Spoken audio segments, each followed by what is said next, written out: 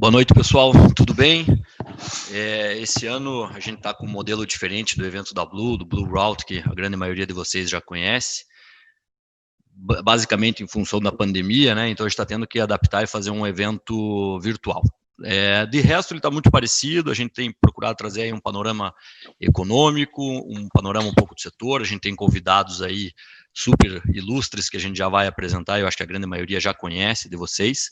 E a gente tem uma pegadinha um pouco diferente nesse evento, que eu vou gastar um pouquinho de tempo para falar já na sequência. Primeiro, eu queria agradecer o Gustavo, o Eduardo e o Fábio por estarem disponíveis aqui nesse momento, gastando tempo e toda a sabedoria que eles têm do setor aí para compartilhar conosco e a gente conseguir levar alguma coisa de aprendizado aí que todo mundo que está nos assistindo. A equipe técnica toda que está aqui também para fazer isso acontecer e quem se envolveu. Então, obrigado, pessoal, e todo mundo que está assistindo, dedicando tempo aí para o interesse da Blue e interesse no conhecimento que a gente vai poder, de repente, levar a vocês. Existem algumas pessoas que estão assistindo aqui que são convidados e atuais investidores que não conhecem muito bem o que a Blue faz. Eu vou gastar 3 minutos para exemplificar um pouquinho do que a Blue faz, vou mostrar uma apresentaçãozinha rápida para vocês e logo na sequência a gente já vai falar um pouquinho do core desse evento e o Fábio já vai pegar a palavra. Então, eu começo aqui uma apresentação, espero que todos já estejam vendo a minha tela. Eu acho que a gente não tem como falar da empresa sem falar dos nossos valores. Os valores que norteiam a gente aqui na Blue são a transparência ética, o inconformismo, a inovação, a austeridade e o zelo pelos parceiros. E eu gosto sempre de destacar alguns deles aqui, porque eu acho que os valores assim só no papel não teriam um grande valor se a gente não tiver uma certa explicação para eles. Muitos de vocês já conhecem a gente é uma empresa relativamente nova no sentido de idade de equipe, todo mundo na faixa dos seus 40 e poucos anos, então a gente tem um DNA de inovação bastante forte. Para o porte da nossa empresa, que é uma empresa de médio porte, a gente tem inovações de ponta, até de líderes de mercado. Dando algum exemplo que eu acho que pode refletir o que eu quero falar com esses valores. A gente tem aplicativos hoje nosso no celular para compradores da Blue. Então, os compradores que lá, os 8 mil moradores que a gente já tem em unidades que a gente entregou, eles têm um aplicativo que eles baixam a planta do seu imóvel, eles podem pedir manutenção, qualquer coisa de garantia, tudo dentro desse aplicativo. Isso parece uma coisa simples, mas muita gente não tem isso ainda desenvolvido. Isso nos dá um conforto de crescimento, um conforto de atendimento muito bom para o nosso cliente. E eu acho que a parte de transparência e ética é o segundo valor que eu gostaria de destacar, porque o nosso setor é um setor muito velho e ele tem algumas práticas muito velhas. A gente tem um setor de compliance que é o cerne da nossa transparência ética. A gente tem buscado levar isso em todo e qualquer movimento que a gente faça, desde aprovações até decisões banais do dia a dia, é uma coisa que aparece muito no relacionamento com fornecedores e a gente é bastante reconhecido por isso. Eu acho que o resto se autoexplica aí, e muitos já conhecem essa característica nossa. A gente é uma empresa enxuta, que nos traz muita austeridade, o inconformismo de sempre estar inovando, e a gente zela muito, muito, muito pelas pessoas que estão junto conosco, né? E os selos de qualidade, eu acho que todo mundo também conhece, não vou gastar tempo com isso. Esse aqui eu acho que é o slide mais importante, para todo mundo entender quem é a Blue, como é que a Blue nasceu e o que ela faz hoje. Então, a Blue é uma empresa, uma holding, tá? Que tem 5 negócios embaixo dela. A gente tem do lado esquerdo da tela o Plaza Fácil, embaixo dessa operação da Blue, a gente tem 211 imóveis de renda, são imóveis para gerar locação e renda, então, são SAs de capital fechado aqui. A gente tem uma segunda empresa chamada Início Empreendimentos, que foi aonde nasceu a Blue, que a maioria dos senhores conhece já a longa data, né? Em 2008 nasceu aqui, focada em primeira moradia. Então, a gente faz loteamento, faz condomínios verticais e condomínios horizontais, né, casa, prédios e loteamentos, primeira moradia, econômico. Esse é o nosso perfil, é Minha Casa Minha Vida, faixa 2 e 3 e o Standard. A Projetos Especiais é uma empresa que nasceu, se eu não me engano, em 2016, nossa, por uma parceria com uma empresa local de Curitiba, que se chama Laguna, que está no outro espectro do mercado, no altíssimo padrão, e a gente virou um parceiro numa primeira obra, na qual a gente foi sócio, investidor e gerenciador de obra, e execução da obra foi da Laguna, e agora a gente tem mais alguns projetos em parceria, na qual a gente entra como sócio investidor junto com eles na SPE e na parte de definição estratégica, mas a marca que aparece nesse produto é Laguna, e a gente tem parceria com a GT, que é uma outra construtora local aqui também, de um produto de médio alto que a gente está fazendo com eles. O Blue Social eu vou gastar um tempo depois da apresentação para falar para vocês, e a gerenciadora é a nossa última empresa que nasceu, que ela era uma prestadora de serviço interna nossa, que fazia o gerenciamento da parte nossa dos malls, dos loteamentos, dessas obras todas, e acabou que muita gente pedia para nós para prestar serviço de gerenciamento de obra, de gerenciamento de strip malls, e a gente hoje virou um prestador de serviço, ela virou uma empresa à parte já. Então esse aqui é a Blue que todo mundo conhece, e os negócios que a gente atua. Aqui nesse próximo slide, para vocês saberem, a gente está hoje em Minas Gerais, Paraná e Santa Catarina. Paraná nós temos todas as operações que eu acabei de apresentar. Santa Catarina a gente tem loteamento standard de Minha Casa Minha Vida. Em Minas Gerais a gente tem Minha Casa Minha Vida e loteamento. Um pouco dos nossos números para vocês terem um pouco de ideia de porte. A gente tem 8.033 unidades aí desenvolvidas, 987 mil metros quadrados, 1,3 bi de VGV, né, valor geral de vendas, e 600 milhões de investimento nesse período aí que a empresa existe. Esse ano, para vocês terem uma ideia, a gente teria 642 milhões de VGV, em função até de uma conversa que a gente estava tendo aqui prévia à apresentação, a pandemia acabou dando uma grande dificuldade de aprovação, a gente não vai conseguir proceder com esses lançamentos, porque a Prefeitura de Curitiba ficou fechada um bom período e está num processo ainda de aprovação tartaruga, então a gente vai ter que jogar grande parte desse faturamento para o ano que vem, a gente deve fechar esse ano com 250, 300 milhões, e grande parte disso vai para o ano que vem, não mais esse ano. Esse slide mostra um pouco do retorno dos nossos empreendimentos, para quem entrou aí de sócio conosco, sabe, conhece bem esses números, são números, né, auditados e tudo.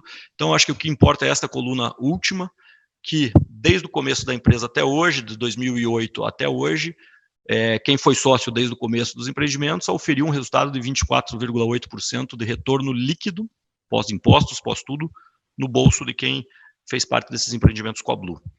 Aqui para dar cara para vocês conhecerem, então na início empreendimentos a gente tem as primeiras moradias que eu comentei, então o loteamento que a gente acabou de terminar a segunda fase de vendas na própria pandemia, que é perto de Londrina, ali em Rolândia. Esse empreendimento a gente lançaria em outubro, previsão nova é fevereiro, em função do alvará. Ele é um projeto de 1.000 unidades em Curitiba, é a maior obra da cidade de Curitiba, de 170 a 210 milhões de VGV, vai depender do que a gente vai fazer nesse último lote aqui. Os projetos especiais, para dar uma carinha para vocês, o parceria que a gente tem com a GT Building é esse empreendimento, a gente lançou ele 10 dias antes da descoberta do Covid, está em venda, já está com 35% vendido antes do início de obra, graças a Deus um sucesso. Esse é um produto com a marca GT, a gente não aparece aqui. E o BIOS é um projeto que a gente lançaria em setembro, vamos jogar provavelmente para o começo do ano que vem, é um projeto de 300 milhões de VGV, é um projeto nichado para a área médica em parceria com a Laguna. A marca que aparece é a Laguna aqui, a gente é um dos permutantes da área, né, que comprou, e participação na incorporação também junto com eles aí. E o Plaza Fácil, que é outra operação, então a gente tem o Sítio Cercado, que tem 100 lojas, o Novo Mundo é pequenininho, 11 lojas, e o Fazenda com 90 lojas, que compõem os 211 imóveis que a gente tem aqui embaixo da operação de Plaza, e a gente deve ampliar isso aqui para 10 unidades no decorrer dos próximos anos aí, aqui em Curitiba e região metropolitana. Também focado em classe C e D. Da Blue era isso que eu queria passar para vocês, que vocês conhecessem um pouco da empresa, ver o que a gente tem falado. E agora o evento de hoje, apesar dele ser muito parecido com todos os eventos que a gente sempre faz, de trazer um pouco de informação para o investidor e falar um pouco do setor, ele tem um quê de diferente, ele tem a parte social um pouco mais em voga nesse caso. A Blue Social é uma organização, uma atividade nossa que a gente tem já faz muito tempo dentro da Blue, que sempre foi focada em educação e saúde, e hoje em educação e sustentabilidade. Esses dois pilares, a gente acha que a gente pode contribuir e investir no futuro, no amanhã das pessoas que a gente vai poder apoiar. Por que a gente escolheu educação e sustentabilidade? Porque a gente na Blue não acredita muito em assistencialismo. Tá? A gente quer ensinar a pescar e não dar o peixe. E a gente acha que com essas duas coisas, principalmente a educação, a gente vai conseguir, e com a sustentabilidade a gente consegue melhorar um pouco do impacto que a gente causa também na nossa atividade, e também mostrar isso para a sociedade que é possível ser feito. A Blue está pegando o mesmo orçamento que estava reservado para esse ano para fazer o evento social dos investidores presencial e doando esse orçamento. Esse orçamento a gente doou para o Amor Contagia, que é uma campanha que a gente foi convidado pelo Lucas Guimarães e pelo Deltan Dallagnol para fazer parte. A gente faz parte junto com a RPC, com o Positivo, com a Federal, diversos outros empresários. A gente está ajudando hospitais públicos e filantrópicos, né, e organizações sociais. É um assistencialismo isso? Mas é um momento de Covid. O Estado está precisando muito. A campanha está sendo um grande sucesso. A gente, então, vestiu essa camisa, doou parte da verba que a gente podia. E no dia de hoje, a gente está convidando vocês, investidores, a fazer parte disso também. Tá? O evento virtual, todo o valor que a gente arrecadar nesse evento virtual, a gente vai fazer uma doação para uma casa que a gente escolheu para apoiar, que é a Casa de Apoio à Bibi Isfer. Eu até quero agradecer o Edson Isfer, que está aqui, o diretor da Casa Bibi, ele está aqui nos assistindo. A casa que eles organizaram, uma casa fantástica, ela auxilia jovens, adultos e crianças na área de educação, cultura, saúde e geração de renda. Tá? Então, isso é muito legal, casa muito bem com o que o Blue Social acredita, e tudo que a gente arrecadar no evento de hoje vai ser revertido em equipamentos de tecnologia, computadores, para a gente doar para eles, tá? E a gente vai mostrar isso depois para vocês. Então, a gente está convidando vocês a fazer parte disso, entrar nessa estrada conosco aí. Bom, sem mais delongas, né, já me delongando mais do que deveria, eu queria apresentar para vocês o Fábio. O Fábio Tadeu aí é um grande amigo já, uma pessoa que a gente acaba se falando várias vezes durante a semana. Falar um pouco dele, para mim, é super fácil. Ele é sócio-diretor da Brain. A Brain hoje é uma das maiores, se não a maior, até eu tenho que atualizar isso com ele, empresa de consultoria no setor imobiliário do país. Ele é consultor do BID, do Banco Internacional de Desenvolvimento, para assuntos de habitação da América Latina, e assessor de Economia e Mercado da ADEME Paraná. Além disso, na minha opinião, ele e o sócio Marcos são são as duas pessoas que mais entendem, na minha opinião, do mercado imobiliário do Brasil nessa área de consultoria. Então, é uma grande honra ter ele aqui como mediador e podendo estar com a gente dividindo sua experiência aí. Fábio, por favor, fique à vontade para assumir aí a palavra. Boa tarde, Zé Mário. Grande prazer estar aqui. Agradeço muito o convite de poder participar mediando esse debate entre o Gustavo Loyola e o Eduardo Fischer. Daqui a pouco eu vou apresentar os dois. Temos há bastante tempo junto com o Zé Mário, e acho que a maior prova, Zé Mário, de que você é tanto austero quanto ético, transparente, inovador, é que, inclusive, eu, pessoa física, virei investidor seu no final do ano passado, e nesse ano já estamos juntos em 2 empreendimentos, que mostra que a gente faz estudo e confia no que você está desenvolvendo, né? Então, é um prazer bem grande. Eu gostaria de começar dando boa tarde a todo mundo que está nos assistindo hoje, e como o Zé Mário falou, muito do foco de hoje é nós contribuirmos com a sociedade nesse momento em que o país vive talvez a maior crise de sua história econômica e de saúde, e nós estamos aqui também com o motivo de, portanto, receber doações para o Instituto Blue e para ajudar nessas campanhas que ele falou. Como você pode ajudar nesse momento? Não tem desculpa, a tecnologia permite hoje.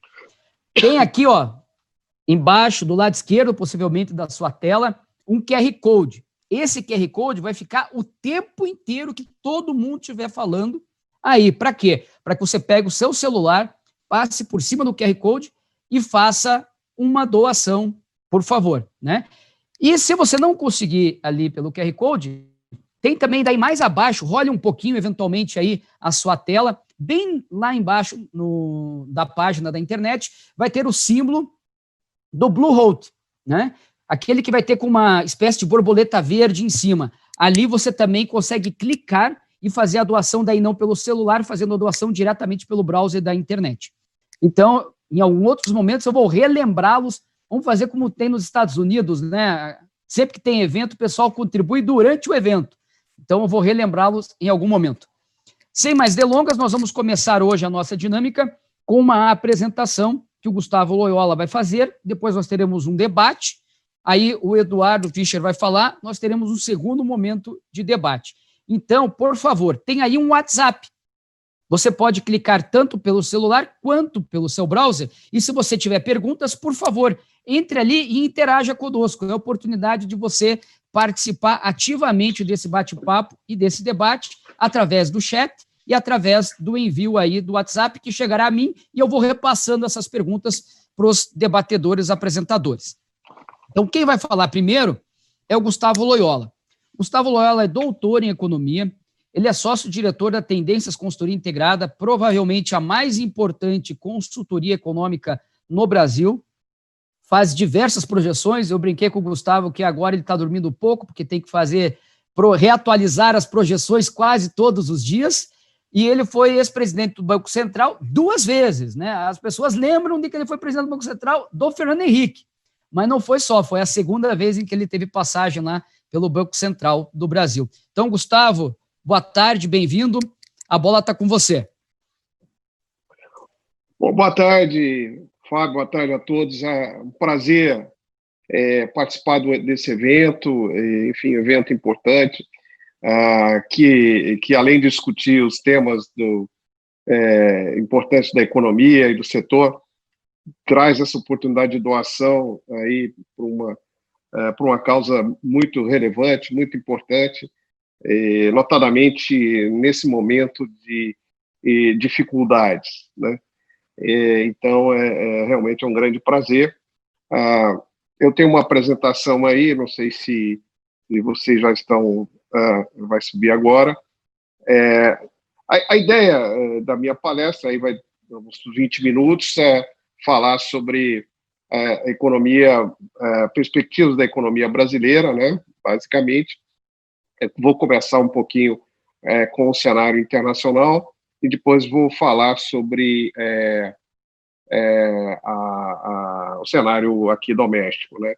Então, eu vou, sem maiores delongas, começar falando sobre o cenário internacional, que acaba, evidentemente, refletindo sobre o Brasil, né? Evidentemente que os efeitos da Covid foram muito relevantes para a economia global. Então, as expectativas hoje é de que o PIB global vai encolher 3,4% esse ano, né? Vamos lembrar que antes da Covid a expectativa era de um crescimento em torno de 3 a 3,5%. Então, realmente foi um golpe bastante forte no crescimento. Mas o PIB deve se recuperar no ano que vem. Nós esperamos aí um crescimento de 5,2% do PIB global no ano que vem. Não é suficiente para compensar a perda que se teve do crescimento deste ano, né? Porque a gente esperava um crescimento de 3,5%, foi uma queda de 3,4%, mas pelo menos retoma aí uma trajetória de crescimento que deve, nos anos seguintes, estabilizar na faixa dos 3% a 3,5%, né? Mais próximo dos 3%. No caso, falando um pouquinho das duas principais economias globais, os Estados Unidos, a figura é mais ou menos parecida com a que vai acontecer no PIB global, ou seja, uma perda de 5,5% e um ganho de 4,1% no ano que vem, né? E depois aí o PIB americano rolando na faixa de uns 2%, pouco abaixo disso, nos anos seguintes. No próximo slide, por favor, nós temos aí as projeções para a China. A China tem uma figura um pouco diferente, a China não vai entrar em recessão esse ano. Aliás, é a economia que já está se recuperando, né? A primeira grande economia que se recupera da Covid é a China. De todo modo, comparado com uma expectativa de crescimento de 6%, nós vamos ter um crescimento só de 1,2% em 2020. E no ano que vem, a economia chinesa deve atingir aí em torno de uns 8% de crescimento. Antes de entrar falar um pouco sobre o Brasil, colocar alguns elementos de risco que nós temos da economia global. Esse ano é o ano de eleições nos Estados Unidos, portanto, pode haver alguma mudança na política econômica americana. caso o Joe Biden se eleja, né? E hoje as pesquisas indicam que ele é o favorito. Tem também a questão do contencioso comercial e mesmo geopolítico entre Estados Unidos e China, que sempre é um elemento de tensão. E, finalmente, eu acho que há ainda uma grande dúvida sobre a trajetória, a trajetória do próprio vírus, né, do coronavírus, né? Ou seja, como é que vai ser a efetividade e a eficácia de uma vacina, quando ela vai estar disponível, se ela realmente vai imunizar durante muito tempo, qual é a dinâmica agora da pandemia nos países que estão reabrindo já as suas economias. Então, existem ainda uma série de riscos, né, relacionados à Covid, né? Existem ainda muitos elementos de incerteza, né, em relação a isso. O nosso cenário conta aí com uma ideia de que esses surtos de contaminação pelo vírus, eles vão ser contidos de uma maneira ou outra, né? Seja pela vacina, seja a própria diminuição aí da virulência, não é, da pandemia, e, portanto, as economias tendem a um processo mais de normalidade a partir principalmente do ano que vem, tá? Então, a gente pode passar para o próximo slide, em que a gente começa a falar um pouquinho sobre o que está acontecendo na política. Eu não vou entrar aqui em em muita profundidade em relação a questões políticas, mas apenas pontuar algumas questões que são importantes para o cenário macroeconômico. Basicamente, a gente está vendo recentemente uma mudança no comportamento do presidente, na estratégia da política do presidente, uma estratégia que está menos confrontacionista, um pouco mais colaborativa, vamos dizer assim, com o Congresso, né? E o presidente foi levado a isso principalmente pelos riscos de impeachment, né? Mas essa aproximação aí com o Congresso, ela pode ajudar na aprovação de reformas e de medidas que são importantes para a retomada do crescimento econômico a partir do final desse ano, início do ano que vem. Então, vamos para o próximo. Podia mudar. Então, basicamente, a gente tem aí o que seria a agenda do governo, a agenda do Congresso nos próximos meses, né? A reforma tributária parece ter ganhado tração quando o governo agora encaminhou a sua proposta. Não que a proposta do governo seja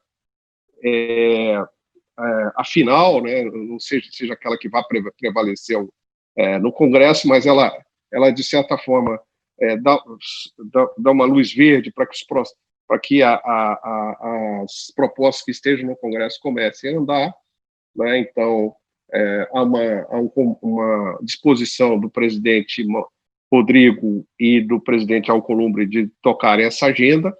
Então, esse é um tema de grande importância para o país, né?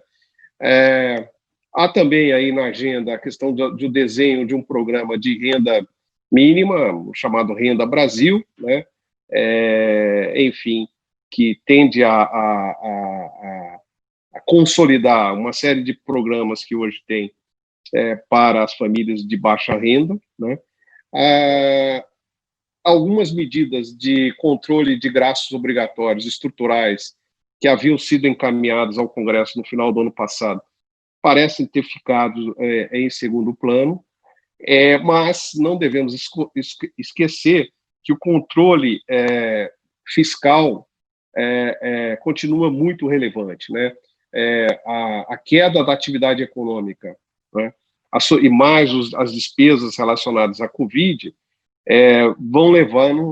estão levando a dívida pública do Brasil a atingir 100% do PIB esse ano, e um déficit público na ordem dos 10% do PIB, déficit primário, o que realmente é um sinal de alerta muito sério e que exige um controle fiscal importante o ano que vem. Tá?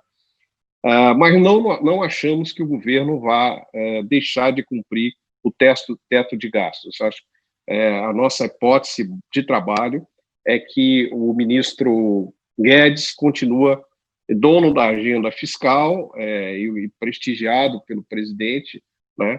E que o Brasil não vai entrar num processo de descontrole fiscal o ano que vem. A grande questão que nós temos hoje para fazer uma projeção sobre a economia brasileira é basicamente a incerteza, são as incertezas.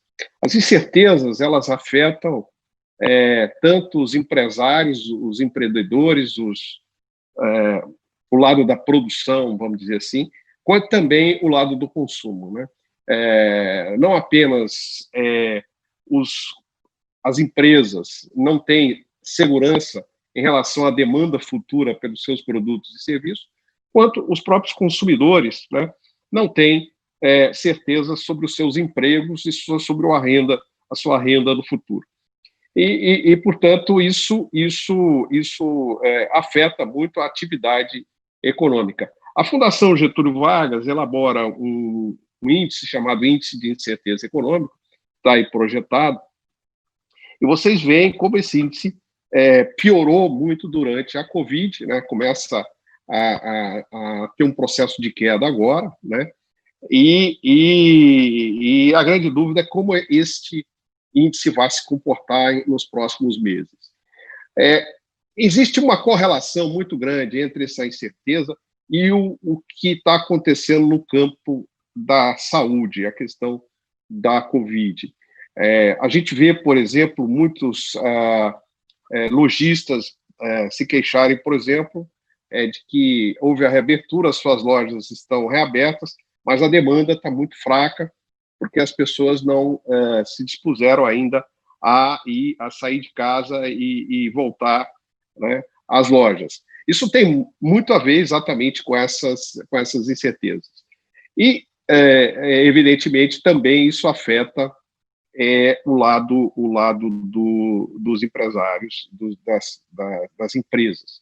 Agora, vamos sempre lembrar que o Brasil é um continente, e, portanto, nós temos realidades que são distintas nas regiões, né? E também temos realidades diferentes em setores. Tem setores que praticamente passaram incólumes no processo da Covid, até tiveram um aumento das suas receitas. Houve setores que sofreram, mas que já estão recuperando, e recuperando de uma forma bastante forte.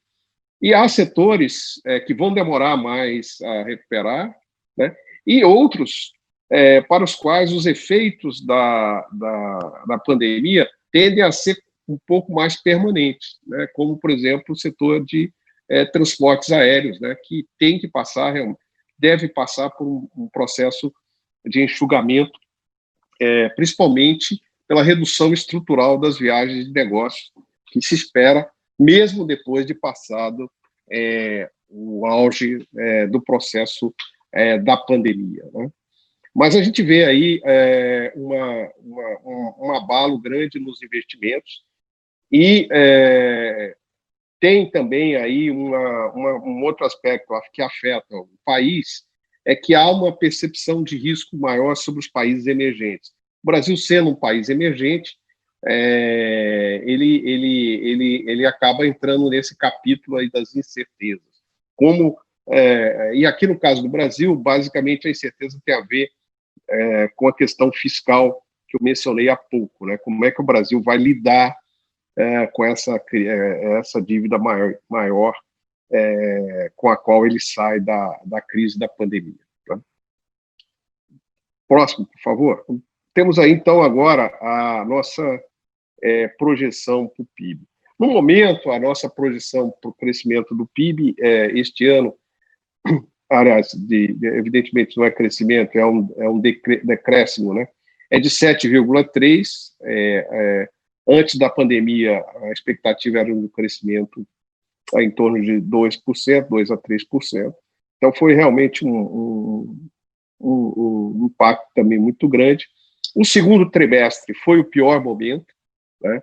Foi o pior momento, e agora os indicadores de curto prazo já mostram uma recuperação importante, de maneira que o terceiro e quarto trimestre nós vamos ter uma recuperação forte, tendendo essa recuperação a perder velocidade ao longo do ano que vem.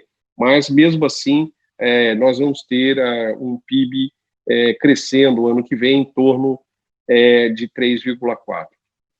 Da mesma forma com a qual eu me referi quando falei sobre a economia internacional, a gente tem temos incertezas sobre a dinâmica da pandemia com a abertura dos negócios aí, né? Então, hoje, praticamente, uma grande maioria das praças importantes do Brasil estão já abertas de alguma maneira, né?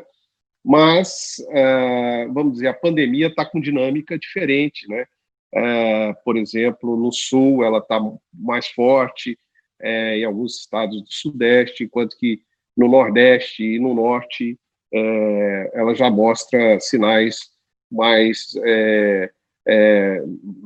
sinais um pouco melhores, né? Então, não se tem ainda muito claro como é que a pandemia vai se comportar nesse processo de abertura e como isso vai afetar o comportamento do consumo, né, ao longo do ano. De todo modo, os nossos modelos de projeção, eles têm como base, como hipótese, que a economia vai se reabrir ao longo, como de fato está se reabrindo ao longo do segundo semestre, embora possa ter aqui e acolá algum retrocesso em função da eclosão de algum surto da doença, né, que exija uma restrição por parte das prefeituras, principalmente, né? O retrocesso do ponto de vista dos setores econômicos que estão abertos, né? Passando para o próximo, a gente faz uma projeção em relação aos setores da economia, né? Então, se a gente olha do lado da oferta, a gente, naquele primeiro bloco ali, o agropecuária é o segmento que menos sofre. Nós vamos continuar tendo um forte crescimento da agropecuária, a demanda chinesa se mantém, né? Os preços estão favoráveis, principalmente considerando os preços em reais, portanto, o setor continua bastante dinâmico. Isso favorece regionalmente o PIB nas regiões em que o agronegócio tem uma inserção mais forte, né, como o Centro-Oeste, estados como o Paraná, por exemplo, né? Então, nós temos nesses estados, nessas regiões, e nas cidades mais ligadas ao agronegócio, uma resiliência maior do PIB, né? A indústria sofre bastante, uma queda de 8,5% esse ano. A indústria que não tinha ainda recuperado o seu nível de produção antes da recessão de 2015 e 2016.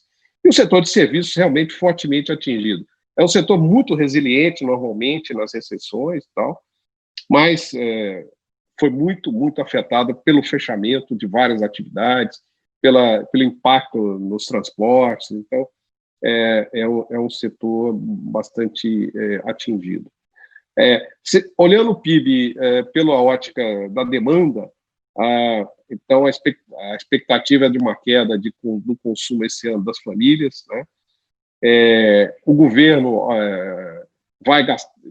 tem um aumento do seu gasto, até pelas medidas de de ajuda, né, que está trazendo aí, principalmente para os segmentos mais atingidos pela pandemia.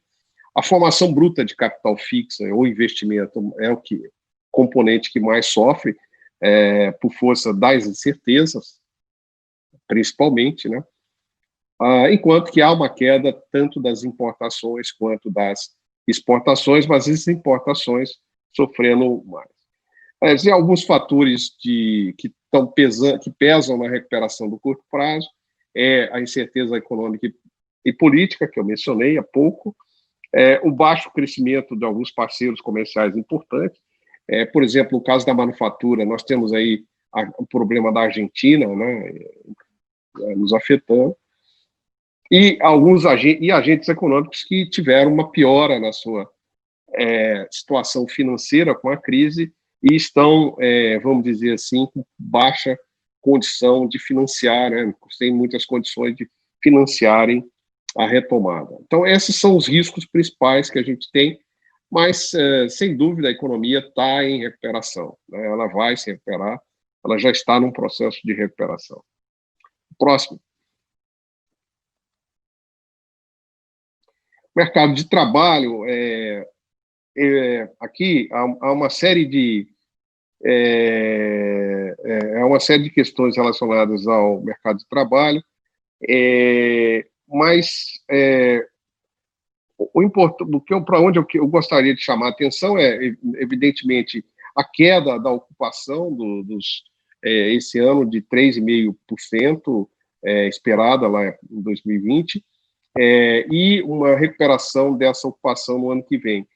Mas é interessante observar que as transferências de renda do governo, os auxílios emergencial e tal, preservou em muito a renda das famílias de baixa renda. Inclusive, um fenômeno interessante é que o IBGE capturou uma certa redução da pobreza no Brasil, paradoxal que pareça, neste momento, em função justamente dessa renda mínima que o governo está disponibilizando para as famílias de baixa renda. Então, os números têm surpreendido para melhor, né? Então, as políticas do governo têm sido efetivas, né?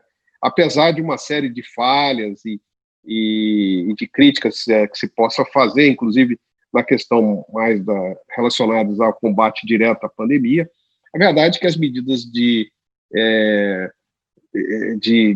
o voucher lá, o de R$600, tem ajudado, as medidas também de liberação de uma série de recursos de programas sociais e as medidas no mercado de trabalho que incentivam a manutenção dos postos de trabalho e mais as medidas relacionadas ao crédito tem surtido efeito e devo dizer, assim, é uma boa notícia, né, que os resultados de curto prazo têm sido melhores do que o esperado, ou seja, vamos dizer assim, os cenários mais pessimistas não estão se materializando. Quer dizer, os cenários são ruins, são negativos, o impacto da pandemia foi forte, tem sido forte, mas o governo tem, vamos dizer, as medidas do governo, enfim, tem ajudado a preservar aí minimamente a renda, notadamente, como se diz, para as famílias mais vulneráveis. Isso sem contar Gustavo, uma série de... Oi? Pode aproveitar aqui, então, perguntar. Há pouco você mostrou a projeção que vocês estavam fazendo de menos 7,3% para o PIB desse ano. Com base nesse seu comentário agora de que as coisas estão sendo menos piores do que estávamos pensando há pouco tempo, é possível que a gente não chegue a cair 7,3%. É possível que, eventualmente, a queda do PIB seja menor esse ano do que essa previsão de um tempo atrás. Não, sem dúvida. Pode ser. A gente tem uma estratégia lá na tendência de fazer a projeção do PIB assim que saem as projeções, os resultados trimestrais. Então, provavelmente, assim que sair o resultado do segundo TRI, a gente vai rever esse número. Os indicadores de curto prazo apontam que, eventualmente, a queda do PIB pode ficar entre 5,5% e 6% esse ano. Só que, como esses dados de curto prazo eles são, vamos dizer assim, muito voláteis, né? Muito sujeito a ruídos, é muito difícil você separar o que é o sinal do ruído, né? Então, a gente tem que esperar um número maior de dados, de agregação de dados, para poder ter uma projeção do PIB um pouco mais consistente. Mas o viés, hoje, você tem razão, o viés é um viés mais para melhor do que para pior, tá? E veja bem, quando a gente fez essa projeção aí, quando a gente divulgou, nós não estávamos na ponta pessimista do mercado, a gente estava mais ou menos no meio termo. Tinha casas, na época, projetando quedas do PIB no Brasil da ordem de 8,5% a 9% esse ano, né? Então, hoje, os mais otimistas, as casas mais otimistas, falam de um encolhimento do PIB esse ano de 4,5%. Talvez seja muito otimista esse número.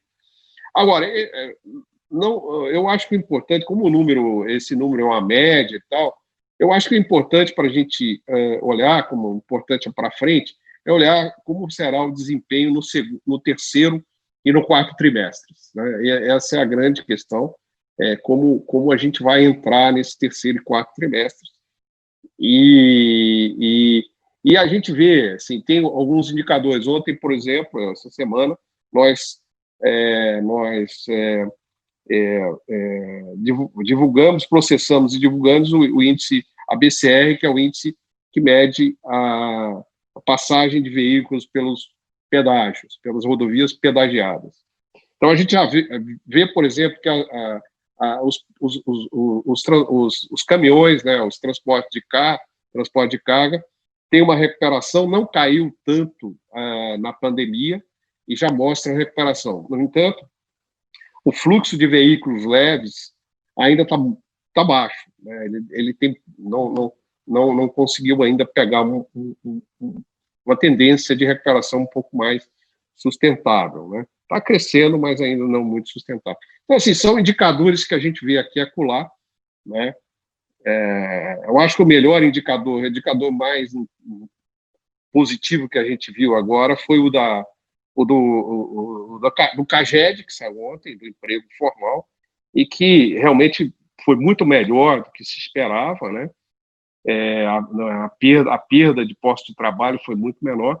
Aliás, o setor da construção teve um desempenho bastante positivo, né, mostrando que o setor é um dos primeiros aí que está se recuperando, e como ele é um setor altamente empregador de mão de obra, esse de fato é um sinal bastante positivo, né? Uma cadeia longa, né, que envolve uma série de atividades, né? Então é importante que a construção civil esteja mostrando força, e nós estamos falando aqui basicamente do segmento imobiliário, né? Porque construção pesada, realmente nós temos poucos investimentos nesse segmento sendo feitos nesse momento, né?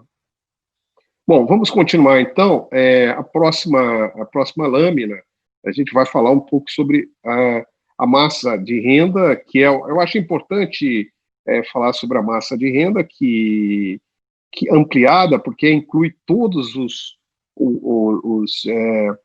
as transferências governamentais, né? Então, a gente espera esse ano uma queda da massa de renda ampliada no Brasil de 2,3%. Veja bem, isso diante de uma queda do PIB na nossa projeção, de 7%, que pode ficar entre 6% e tal, né? E uma queda na massa de renda do trabalho de 6%, mas um aumento, né, das outras transferências. Então, assim, aqui está claramente mostrado que que houve um sucesso relativo na contenção da queda da massa total de rendimentos. Vejam bem nesse quadro aí, na segunda coluna, que a massa total de renda vai cair menos em 2020 do que caiu em 2016. Né? Então, isso, embora a renda do trabalho vá cair mais. Então, isso mostra uma dinâmica que a gente tem aí sustentando o consumo nesse momento, né, nas camadas de renda mais baixa, principalmente. Vamos ao próximo. Aqui nós temos mostrando alguns indicadores aí que são importantes, a inflação bastante tranquila, né, enfim, ela já vinha sob controle e tal antes da pandemia. A redução, a queda da atividade econômica, evidentemente teve um efeito desinflacionário, e a inflação esse ano deve ficar abaixo da meta, vai ficar em 1,5%, então bem abaixo da meta de 3%, 3,5%, e o ano que vem a inflação volta em torno da meta. Então a situação inflacionária é absolutamente tranquila, né? E isso leva ao nosso próximo slide, falar um pouco sobre juros, né? Os juros estão hoje em 2,25, né? A gente espera, o nosso cenário era de que o PIB, desculpe, que os juros ficariam em 2,25, mas justamente ontem, depois, inclusive, que eu tinha encaminhado a palestra aí para vocês, nós fizemos uma revisão desse cenário. Nós concluímos que a maior probabilidade agora é do Banco Central reduzir os juros na próxima reunião do Copom, que ocorre semana que vem. E a gente acredita que não ficará nesses 2,25%, e sim em 2%. E que a elevação dos juros a partir deste patamar, se ocorrer, no ano que vem, vai ocorrer só a partir de outubro. Ou seja, nós vamos passar durante muito tempo uma taxa de juros em torno de 2%. E quando ela ocorrer, né, nós vamos ter aí uma subida modesta dos juros ao longo dos anos seguintes. Ou seja, os cenários para os próximos anos, para 2021, restante 2020, restante 2021 e mesmo 2022, são de juros mais baixos, juros baixos. Isso é resultado não apenas da fraqueza da atividade econômica e da inflação, mas também por uma mudança estrutural. A época dos juros de 2 dígitos no Brasil, juros Selic, passou. Os juros hoje no Brasil de equilíbrio tendem a estar aí mais em torno dos 6% ao ano e tal. Ou seja, quando a economia brasileira estiver crescendo no seu limite, na sua capacidade, hoje em dia a nossa previsão é que a taxa Selic no máximo vai ficar em torno de uns 5% a 6%, né? Evidentemente que é um número sujeito aí a chuvas e trovoadas, mas que é um número totalmente diferente. Isso tem um efeito importantíssimo sobre a estrutura de investimentos. Quer dizer, hoje nós temos, de fato, um cenário muito mais propício para os investimentos de risco, né? Sejam os investimentos em equities, de várias maneiras, investimentos em capital, como também investimentos de renda fixa com maior risco, né? Diversificando aí para instrumentos financeiros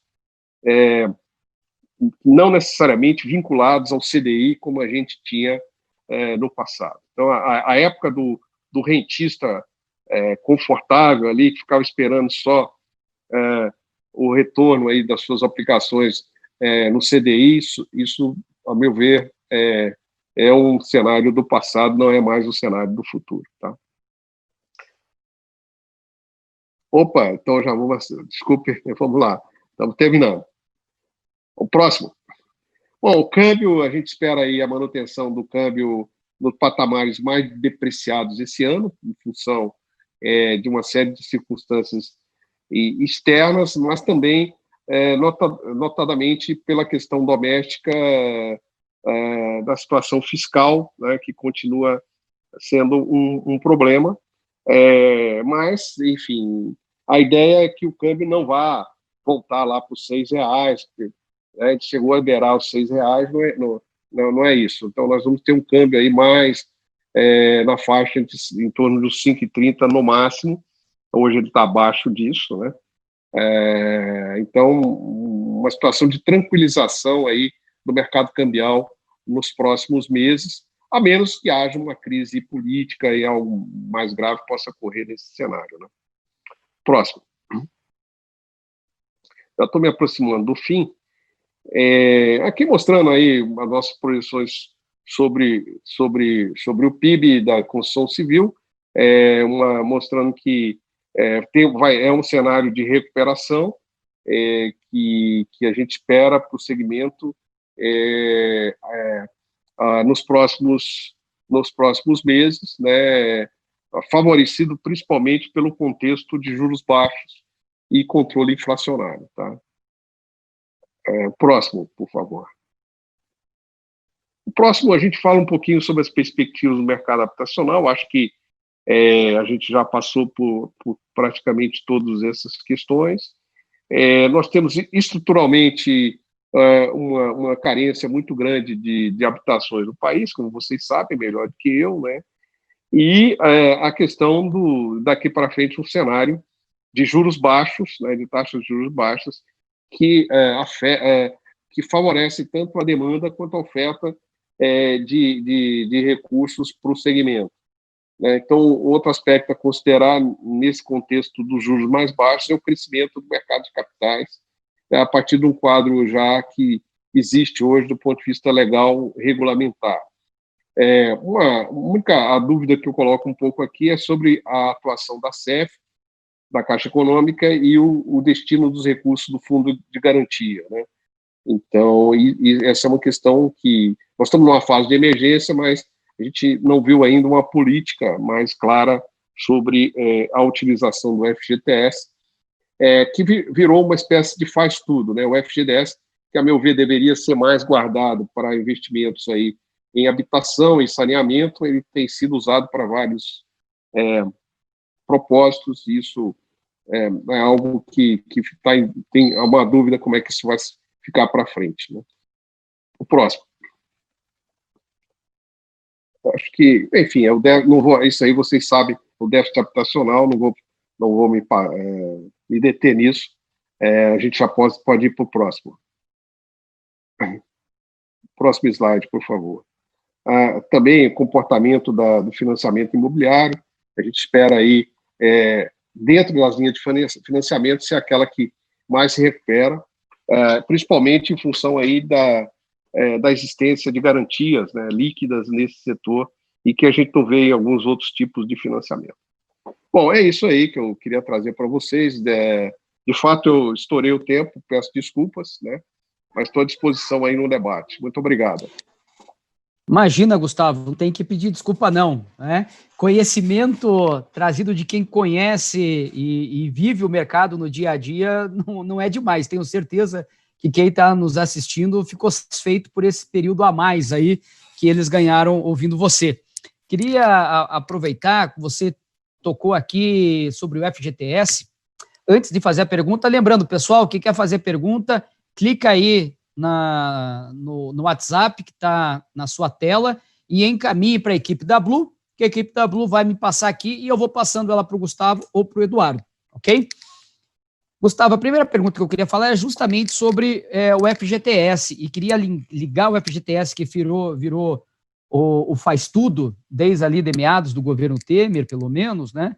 E ligar isso à habitação econômica, da qual o Eduardo representa a maior empresa do Brasil, Depois até fale, Eduardo, por favor, quantas unidades vocês já entregaram no Minha Casa Minha Vida? Acho que é maior do que alguns países da América do Sul, quantidade de casas aí que a MRV ao longo já da nossa fez. história, a gente já entregou aí cerca de mais de 400 mil moradias ao longo dos Mais de 400 mil moradias, né? Muita gente.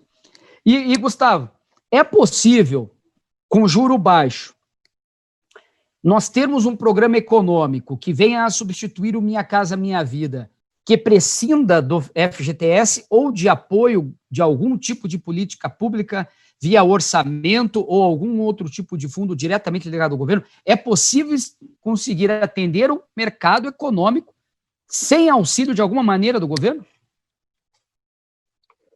Bom, eu acho assim, na medida que os juros estão mais baixos e eu acho que há segmentos maiores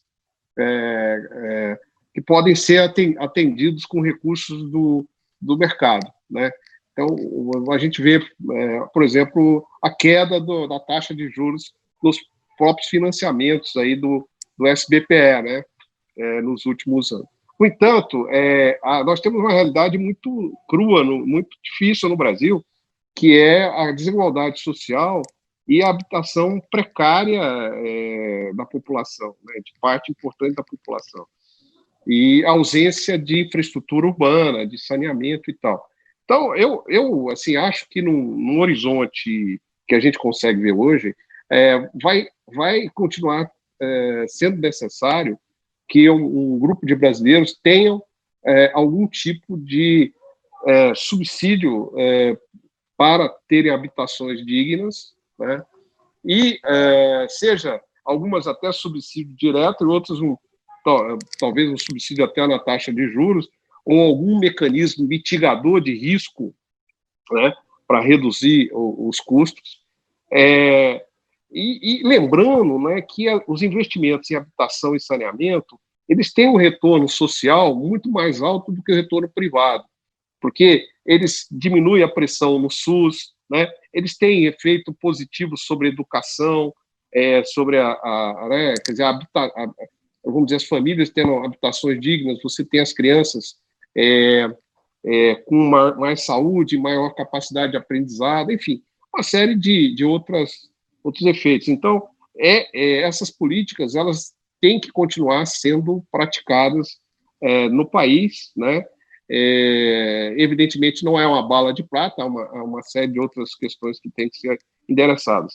E agora, vamos sempre lembrar que as taxas de juros mais baixas estão viabilizando a entrada neste mercado de muitas famílias que antes não tinham acesso, né? Então, tem um processo gradual aí que, em algum momento no futuro, a necessidade desses recursos do FGTS pode até ser menor, ou recursos dos orçamentos públicos possa ser menor do que é hoje, mas no curto prazo, no horizonte que a gente olha, eles continuam sendo relevantes.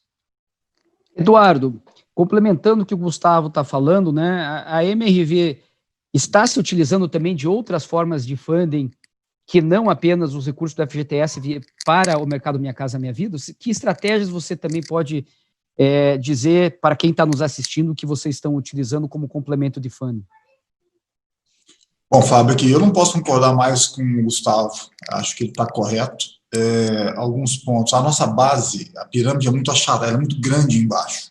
Não é bem uma pirâmide, né? Ela é quase muito larga embaixo. É muito larga e, na verdade, uma parte grande da população brasileira ainda é dependente de algum tipo de subsídio. Isso não é exclusividade do Brasil, não. Você tem vários países, inclusive os Estados Unidos, que, em teoria, é o país altamente liberal, você tem políticas públicas para poder endereçar a habitação de baixa renda, né? O que acontece, por exemplo, se olhando especificamente para Minha Casa Minha Vida, você tem lá 3 faixas. A faixa mais alta, que é a faixa 3, que já nem conta com subsídios, só, em teoria, uma taxa de juros reduzida, que hoje já não é reduzida mais, porque é uma taxa acima de 8% ao ano, quando bancos comerciais já praticam uma taxa inferior a isso, né? Acho que o grande desafio, a parte boa da perspectiva do nosso negócio, olha que você olha para uma possibilidade de você ter uma Selic que vai, como o Gustavo falou, de 5% a 6% de forma perene, Nós nunca vivemos isso no nosso setor. Nós nunca vimos esse cenário. Esse cenário é extremamente positivo para nós e ele pode criar, acho que talvez seja uma grande mudança de patamar para o nosso setor em relação a outros países, deixa de ser exclusivamente dependente de Minha Casa, de fundo de garantia e SBPE, para criar outras alternativas de mercado de funding que vão absorver uma parte do mercado imobiliário, deixando o FGTS mais livre ou menos pressionado para fazer a função dele, que o Gustavo bem falou, de habitação e saneamento. Acho que esse é o cenário que pode se desenhar no futuro e, obviamente, o que eu respondendo a sua pergunta sobre a MRV, já uma parcela relevante ou uma parcela importante, não relevante, mas importante, do nosso negócio, ele já começa a pegar um funding que não é exclusivamente fundo de garantia. Eu já começo a beliscar 10%, 12% das nossas vendas usando um funding que não um fundo de garantia, né? E um outro ponto que eu até vou falar, que é a de locação, que é um mercado que está começando a crescer, aliás, não cresce, está começando a existir, não existia no Brasil, a gente está até endereçando isso, né? Agora que você olha para uma taxa de juros baixa, este negócio começa a ficar viável, como é viável em outros países e nunca foi no Brasil, né? Então, isso começa a ser também uma outra fonte de funding no nosso caso, que eu vou construir, locar e vender essas propriedades já performadas com um fundo, alguma coisa, um canal equivalente. Então, assim, a base desse raciocínio inteira é uma taxa de juros equilibrada. Para o nosso setor, que depende de crédito barato, esse cenário é o cenário de sonho, né? Porque aí sim você vai conseguir endereçar todo esse déficit que o Gustavo apontou na apresentação dele de forma muito mais equilibrada, muito mais saudável. Gustavo, aproveitando então essa questão da taxa de juros também, nós temos visto uma explosão do crescimento de fundos imobiliários, né? Há 2 anos e meio atrás, nós tínhamos cerca de 150 mil pessoas inscritas na B3, aplicando diretamente em fundos. Terminamos o ano passado com 600 mil e, mesmo durante a pandemia, nós já passamos dos 850 mil CPFs investindo em fundos imobiliários. Ao mesmo tempo, nós vemos uma movimentação da Bolsa em queda do PIB recorde desse ano, o maior da história do Brasil, em 120 anos, e a Bolsa recuperando-se fortemente. E mais de 10 empresas de incorporação na fila para abertura de capital.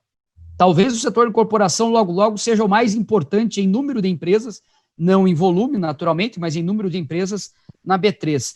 Você acha que essa queda da taxa de juros pode atrair um volume maior de investimentos para o mercado imobiliário? Quando eu digo isso, seja do pequeno investidor, seja do investidor estruturado? Sem dúvida, sem dúvida. Primeiro vamos ver o seguinte, a base de investidores, pessoas físicas hoje na B3, né, aumentou muito, quer dizer, se comparar, eu não tenho os números aqui comigo de cabeça, mas, enfim, nós tivemos um grande aumento da base de investidores, pessoas físicas, na B3, né, comprando ações de empresas. E, ao mesmo tempo, também um aumento muito grande da base de investidores em fundos de imobiliários e outros tipos de fundos, inclusive fundos de crédito, que, na realidade, estão financiando empreendimentos imobiliários, inclusive habitacionais, né? Então, acho que a taxa de juros baixa, esse ambiente de taxa de juros baixa, e hoje, vamos dizer, existem instrumentos financeiros, a nossa legislação hoje, ela oferece muitas alternativas e uma razoável segurança jurídica, né? Então, isso tende a aumentar aí a atratividade desses instrumentos, né, desses investimentos, ao longo do tempo. Eu acho que a crise da pandemia ela não interrompeu esse processo, ao contrário, né, ela vai deixar isso mais claro quando se dissiparem aí os problemas da Covid. E eu vejo que aí as oportunidades para inovação de instrumentos financeiros estão abertas. Quer dizer, hoje nós temos que pensar num sistema financeiro, num sistema de um mercado de capitais totalmente diferente do que nós tínhamos há alguns anos atrás. Então, vários mecanismos, né, estão sendo criados, e inclusive o próprio Banco Central tem sido pioneiro nisso, em algumas iniciativas e tal, que vão mudar bastante aí a cara do mercado, vão gerar competição, e eu acho que nós vamos ter aí um fluxo bastante grande de recursos para o setor. Zé Mário, o modelo de negócio que você fez, até você colocou na apresentação da Blue, é justamente captar de investidores. Então, você tem dois clientes. Você tem o cliente da ponta, que é o consumidor que compra o imóvel, mas você tem como cliente o investidor que compra uma cota de uma SPL, de uma SCP. Né? Você já tem sentido uma busca maior de investidores para entrar nos seus novos projetos? Se sim, esses investidores também estão buscando uma rentabilidade maior ou menor do que antes? Ou em um momento da apresentação do Gustavo, ele comentou, né, que o período de 2 dígitos de Selic do Brasil provavelmente nunca mais. Né? Será que o investidor, pessoa física, seja aquele que tem R$2.000, que não é o cliente da Blue, né? Mas aquele que tem R$2.000 por mês para comprar uma parcelinha, ou aquele que tem 200 mil por mês, está preparado também para eventualmente receber uma remuneração no investimento menor do que ele recebia há 5 ou 8 anos, quando a Blue começou a crescer?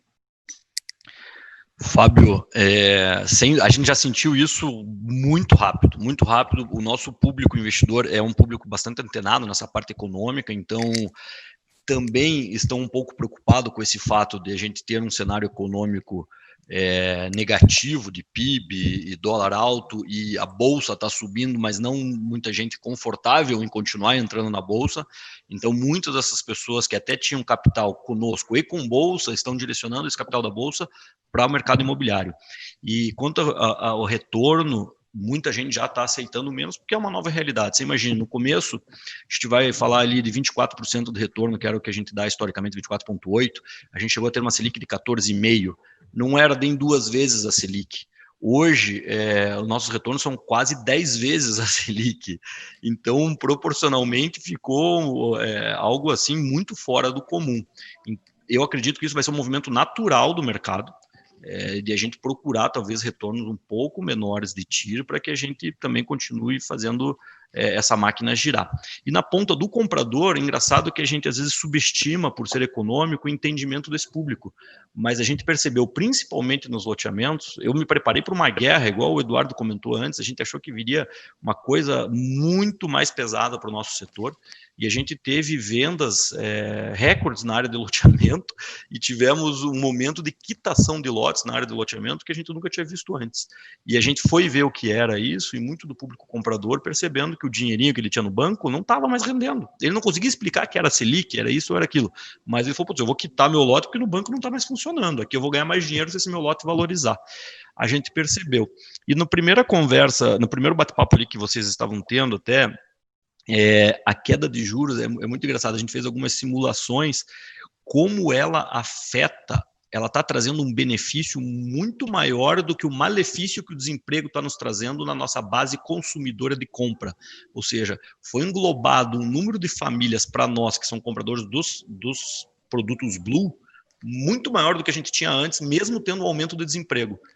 Porque pessoas que antes não podiam, não tinham a parcela, não cabiam no bolso da renda, hoje estão cabendo tanto no Standard quanto no Minha Casa Minha Vida. Para nós, isso é muito estranho, você olhar o PIB derretendo e tua base de consumo aumentou muito. Muito mais gente pode comprar o teu produto. É ruim para o país, claro, são pessoas perdendo poder de compra e tal, mas foi bastante interessante esse movimento, a gente percebeu na pele já. Legal.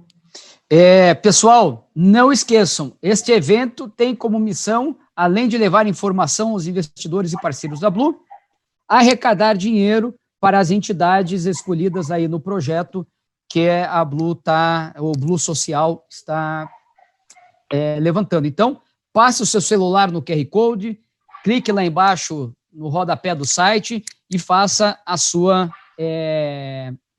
doação. E agora quem vai fazer o nosso bate-papo é o Eduardo Fischer. Ele é co-presidente da maior incorporadora do Brasil e da América Latina, a MRV, e como já falou, está aí há mais de 25 anos no mercado imobiliário, né? Imagino que começou trabalhando lá com o tio de um garoto ainda, né, Eduardo? Tem bastante experiência para contar, né? Já são 27 anos, na verdade, sim, comecei um garoto. Continuo um garoto, né, Fábio? Mas vamos lá. Bom, obrigado. Acho que eu tenho uns 10 minutinhos aqui. Só ver uma visão das coisas do meu lado da equação aqui. Acho que, de forma geral, né, já 4 meses atrás, eu acho que a gente estava todo mundo sem saber o que ia acontecer. Né? Assim, um temor muito grande, uma insegurança enorme, um problema que a gente nunca havia visto antes, não sabia como navegar isso. Eu estou no mercado imobiliário, apesar de garoto, como você falou, desde antes do Plano Real. Nossa, você imagina. Então, não existia crédito no Brasil e as empresas funcionavam. Era um outro mercado, mas a gente financiava, a empresa fazia papel de banco, inclusive, lá atrás. Né? E a cada crise o mercado não cansa de me surpreender. Né? A gente tinha uma preocupação muito grande lá em 2008, né, quando teve o problema lá do Lehman Brothers, o problema do subprime nos Estados Unidos, e rapidamente o setor voltou muito forte. Né? Lá em 2013, 2014, nós estávamos com um desemprego em 6%, todo mundo enxergando que aquilo ia disparar, todos preocupados. Nós nunca tivemos anos tão bons como o que aconteceu. E agora a gente está aí dentro de uma pandemia há 4 meses e nunca se vendeu tanto imóvel no Brasil, especialmente no nicho de renda que a gente trabalha. Né? Com a minha visão disso, sabe, gente, na verdade, eu até falo isso, nós somos uma empresa de capital aberto, a gente tem investidores estrangeiros, e sempre me perguntam como está a demanda por imóveis no Brasil. A demanda por imóvel nunca foi problema. O problema é crédito. Né? Porque hoje no Brasil, além do famigerado déficit habitacional, que o Gustavo até apontou na apresentação dele, ele, além de ser na ordem de 8 milhões de moradias, ele cresce todo ano. Por mais que haja programas habitacionais endereçando essa falta de habitação, ela ainda cresce. Quer dizer, nós produzimos mais famílias por ano do que se produz casas. Né? E a gente está blindado do mundo. Né? O Gustavo falou aí sobre o planeta de forma geral. Nossa indústria, né, ela ainda é uma indústria completamente protegida, porque ninguém importa casa, e mesmo que passe a importar, o cara vai ter que legalizar isso em Curitiba, ou em Porto Alegre, quer dizer, não é um grau de complexidade altíssimo, cheio de barreira de entrada. Nós estamos num mercado que você tem um descompasso muito grande entre demanda e oferta. Tudo bem que parte enorme dessa demanda ela depende de um crédito direcionado, subsidiado, para poder ter acesso à casa própria. Mas essa é a mecânica do nosso setor. Né? Então, o que eu vi acontecer nos últimos 4 meses foi essa demanda em ação, especialmente porque acho que a casa acabou ganhando, o lar acabou ganhando um significado diferente nesse problema sanitário que a gente está falando. O Gustavo bem falou que a gente tem setores que vão sofrer agora, tem setores que vão continuar sofrendo, como transporte aéreo, e tem setores como o nosso que, na verdade, estamos melhores do que a gente estava antes da pandemia. Né? E isso, acho que a base dessa situação é, de fato, a questão dessa discrepância entre demanda e oferta.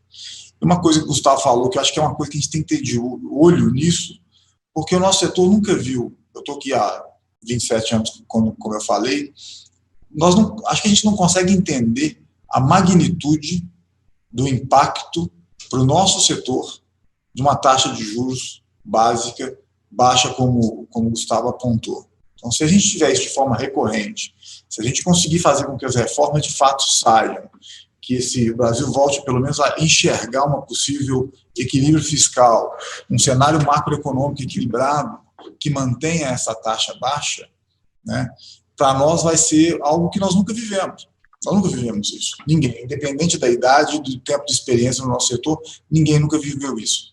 Né? Nós vamos começar a ter uma realidade que é uma realidade de países muito mais estruturados, que tem um mercado imobiliário, de crédito imobiliário que chega aí a 70% do PIB, quando nós estamos em 8%, 9%, né? E crescendo.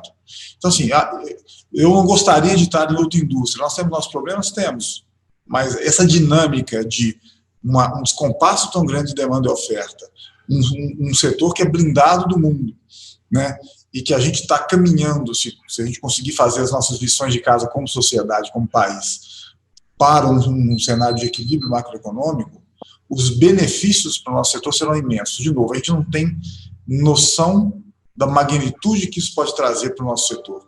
Você vai ter uma explosão de demanda, né, e, consequentemente, essa oferta ela passa a ser atendida, porque, basicamente, hoje o que se tem no Brasil são duas fontes de financiamento, que é o Fundo de Garantia para baixa renda e o SBPE para rendas mais altas, e o resto é muito tímido.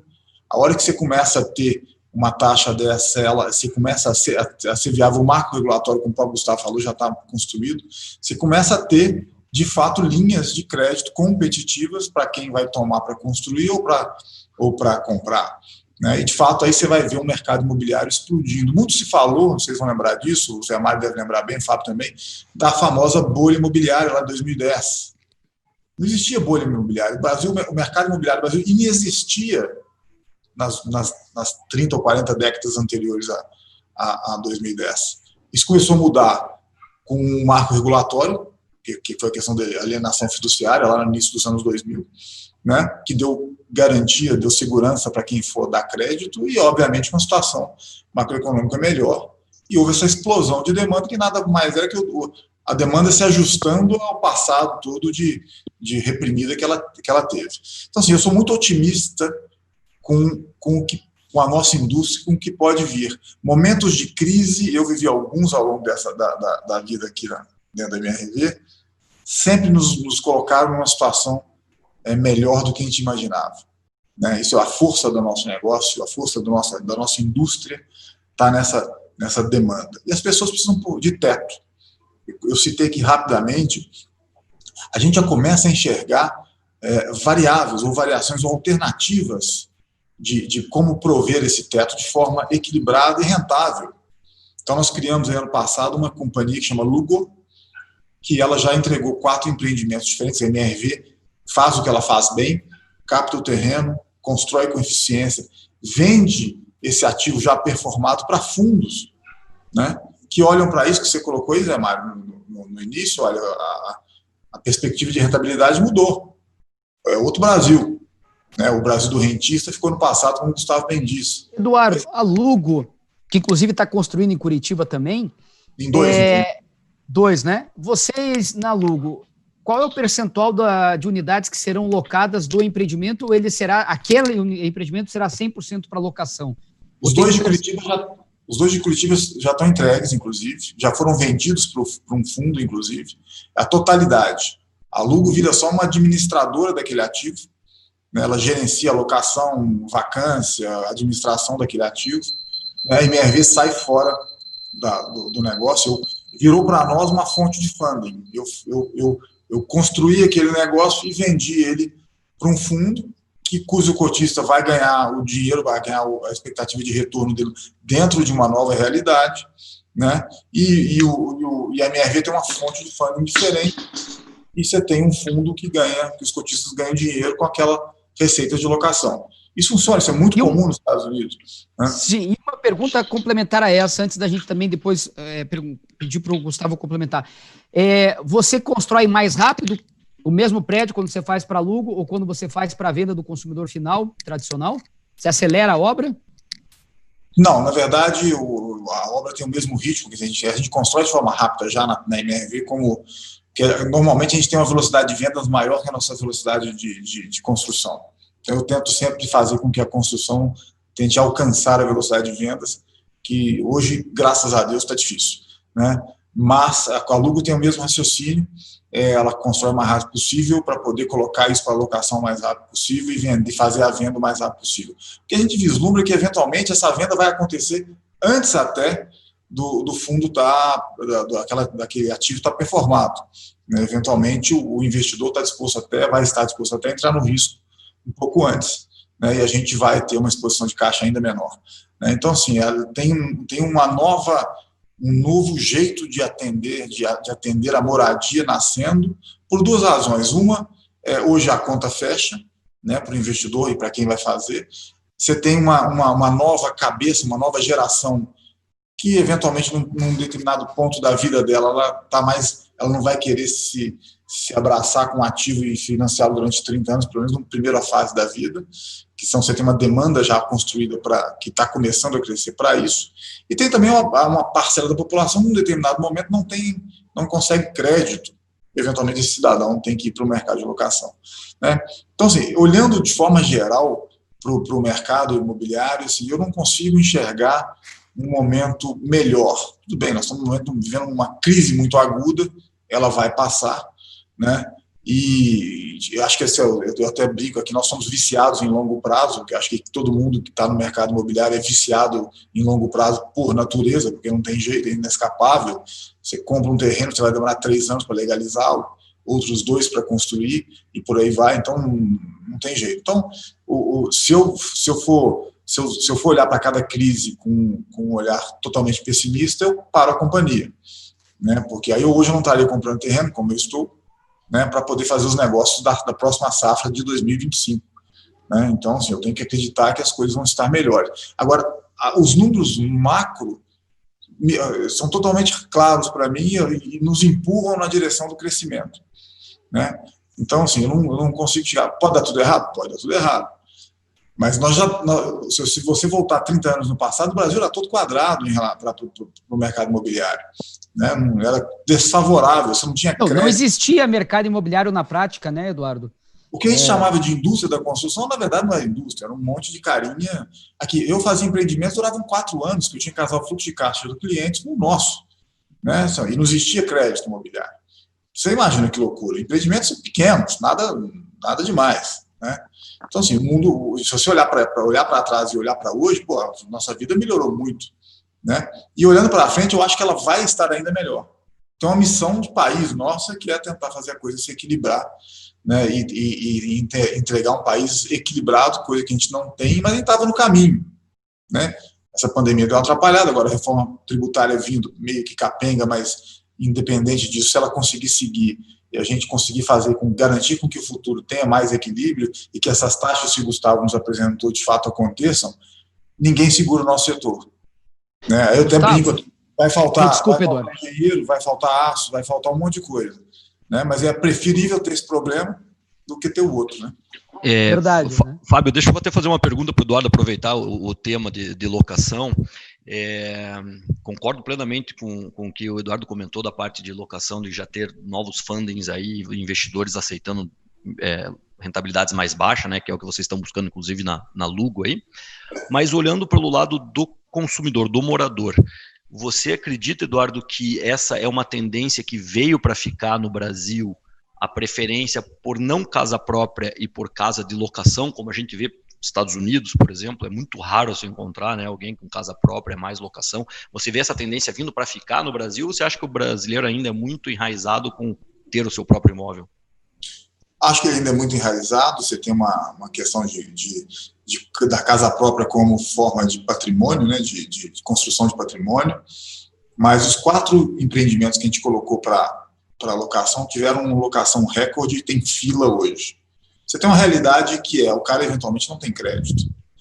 E a locação necessariamente ela é permanente, uma parte das vezes ela é temporária. Você pega um cara que está ali no início da vida dele, um jovem que ele não tem nem interesse ou talvez não tenha nem condições naquele momento de fazer e ele pode morar em Curitiba, ou dali a 2 anos ele pode estar morando em São Paulo ou Porto Alegre, quer dizer, então você tem de fato uma dinâmica de uma nova geração que tem pouco menos de preconceito. Os jovens hoje não têm carro, né? Então, assim, isso, eu vejo isso como consolidado e como uma tendência que veio para ficar. Ela vai anular a compra de imóveis? Eu acho que não. Né? Acho que, num dado momento, essa mesma pessoa se casa, ou etc. E começa a se enraizar, acho que ela tende a migrar para um imóvel próprio. Né?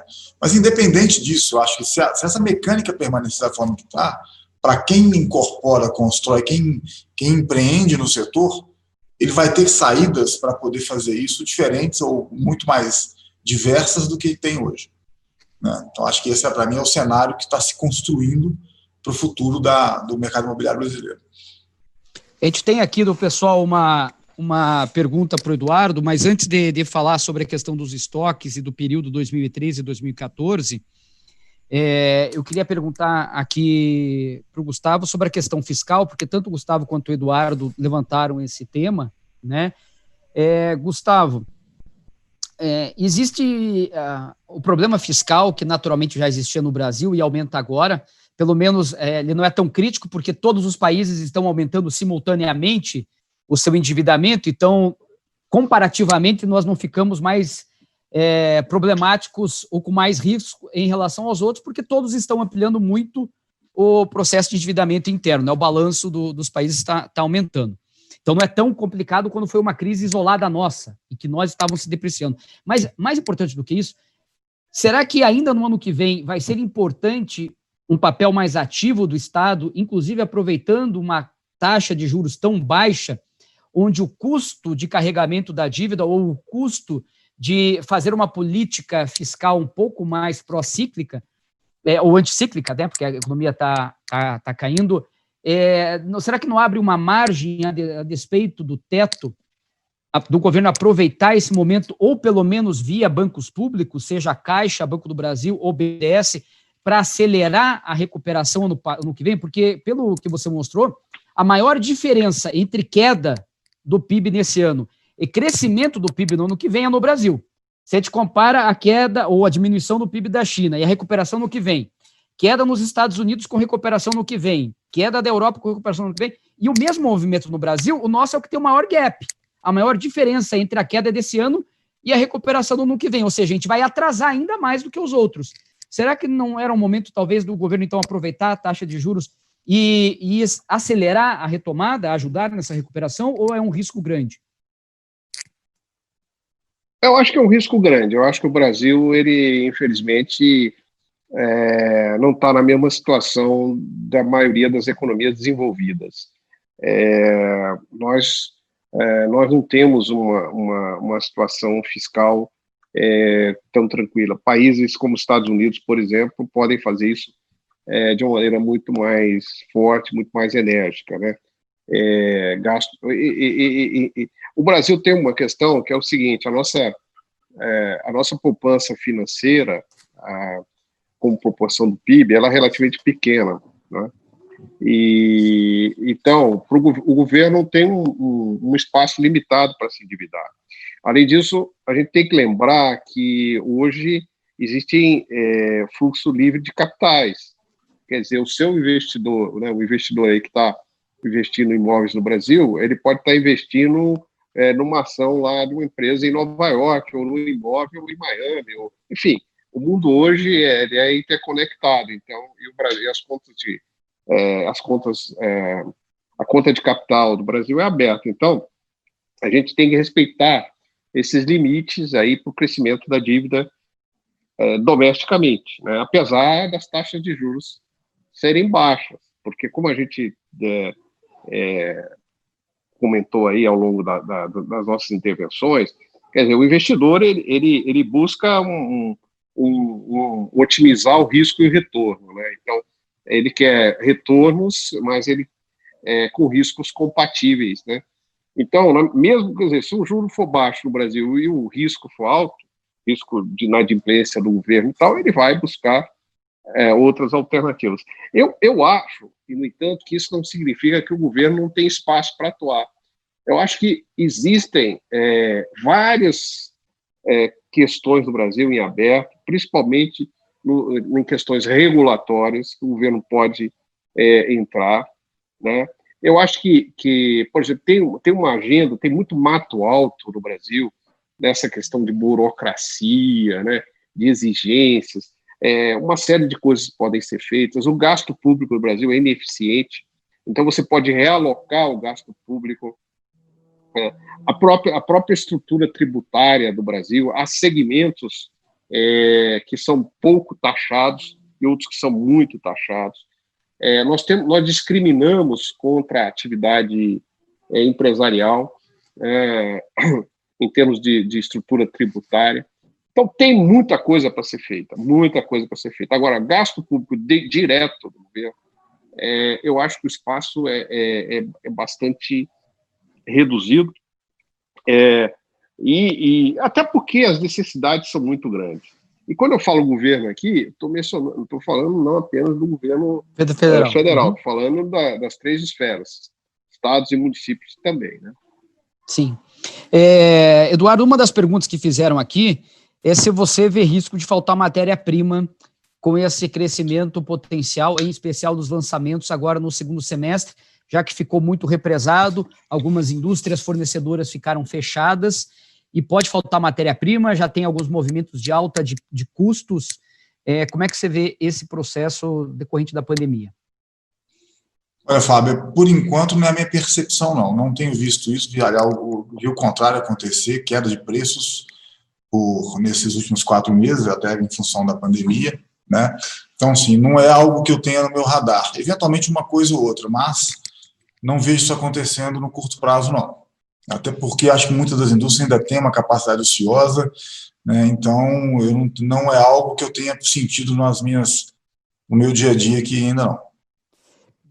Eu estava entrevistando esses dias o Ricardinho, né, o Gontijo aí de BH também, né, e perguntei para ele que tipo de mudança eles já estavam pensando na direcional de adaptação do projeto para decorrente do Covid. E uma das coisas que ele comentou era de um processo de uma área de recebimento de mercadorias com espaço de entrada mais segura, armários com QR Code de tamanhos diferentes, onde o motoboy ou o entrecador chega, deixa de um lado e o morador pega de outro, né? Então, essa é uma adaptação que surgiu aí decorrente da explosão de aumento de entregas. O que a MRV está pensando de adaptação nos seus projetos arquitetônicos, seja do espaço comum ou da própria planta, né, do apartamento, decorrente da pandemia? Tem alguma coisa que vocês já estão colocando na prancheta para modificar nos projetos? Bom, primeiro é o seguinte, os empreendimentos da Lugo, por exemplo, todos já têm isso. Todos já têm esse locker, que você desbloqueia com o QR Code do coisa e já acessa lá em uma parceria com o iFood, né? Nesses mesmos empreendimentos, a coisa que a gente está estendendo para a MRV agora, você tem mini mercados sem atendentes que funcionam lá dentro com câmeras, como se fosse um Amazon Go abrasileirado, que é uma startup que nasceu lá no interior de São Paulo e que fez essa parceria conosco, com esses 4 empreendimentos. Já tem um mercadinho lá dentro, que você também abre a porta com o QR Code, passa os produtos que você vai consumir e levar para casa ali, dentro do seu imóvel. Então, a tendência é que essas experiências que nasceram na Lugo também migrem para dentro da MRV, né? E a gente já está fazendo isso.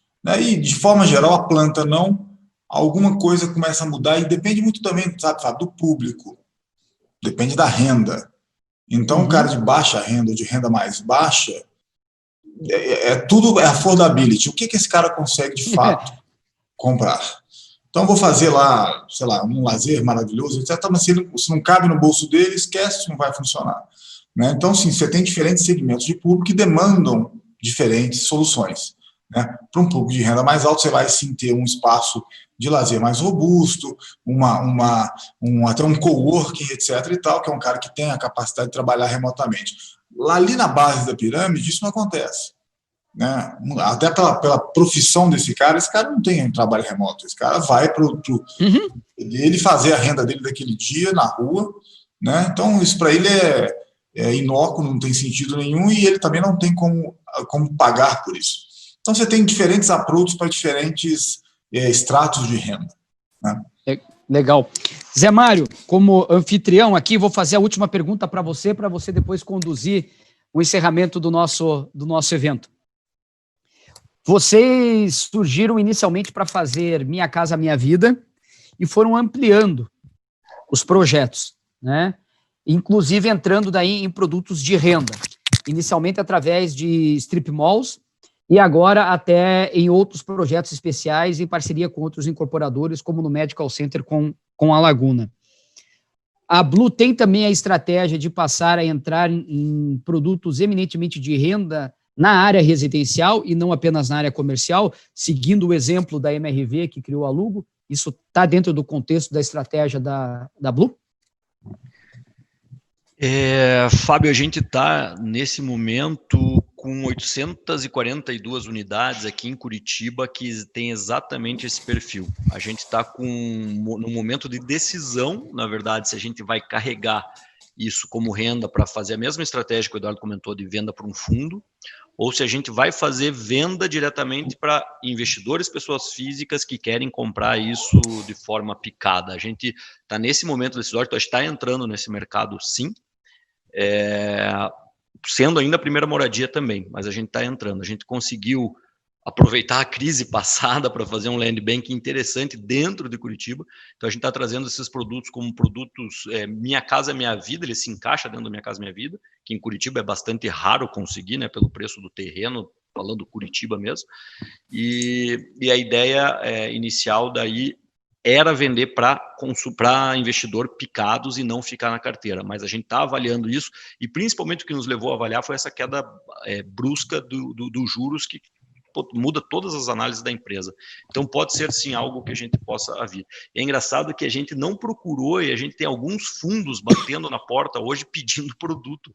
É uma coisa muito contramão, que antes você tinha que implorar para ter dinheiro para esse tipo de coisa, né? E agora reverteu.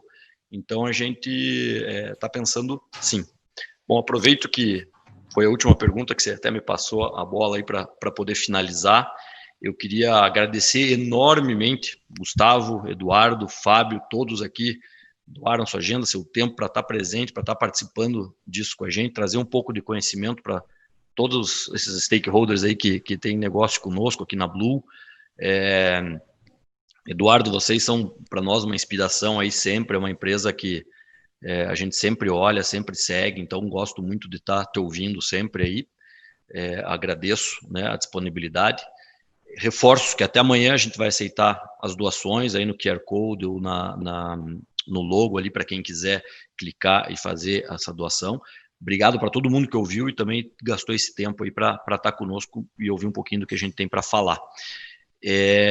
A gente vai deixar esse conteúdo gravado por um período aí no site, depois a gente vai desativar, então para quem quiser revisitar ou passar para alguma pessoa, é possível, depois a gente vai extinguir ele. E agora a gente vai finalizar, vai ter um vídeo de 1 minuto para todo mundo ver, que é sobre o Blue Social, um pouquinho sobre ela, então eu convido vocês a ficarem esse 1 minuto, depois vai se encerrar por automático a transmissão. Muito obrigado a todos aí, pessoal.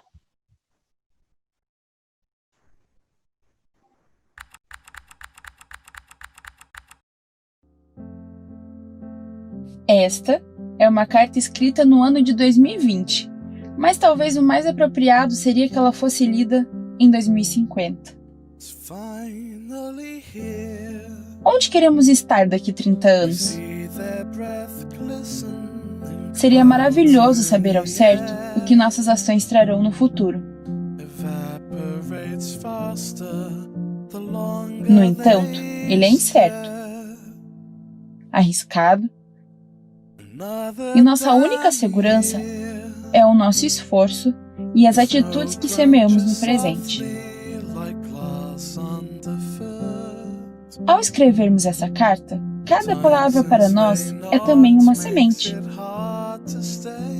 A essa semente, demos o nome de Blue Social. Gerada na Blue Empreendimentos, a Blue Social não é uma iniciativa para o hoje. É um compromisso com o futuro. Por isso, é a ele que nos dirigimos. Em 2050, quando esta carta for lida, esperamos que venha acompanhada de um legado consolidado. Um legado de comprometimento com o planeta em que vivemos e dos valores pelos quais prezamos. A educação e a sustentabilidade e seu poder de transformação. O legado de uma empresa cujo foco são pessoas, construído através de comunidades formadas ao redor de propósitos em comum. Não se trata de uma esperança vazia, e sim baseada no que pretendemos fazer hoje. Mais do que prédios, estamos construindo um futuro em que a Blue Social, por meio do seu compromisso com a sociedade, o planeta e a comunidade, tenha feito a diferença. Ao futuro que nos receba de braços abertos, pois já estamos cuidando dele.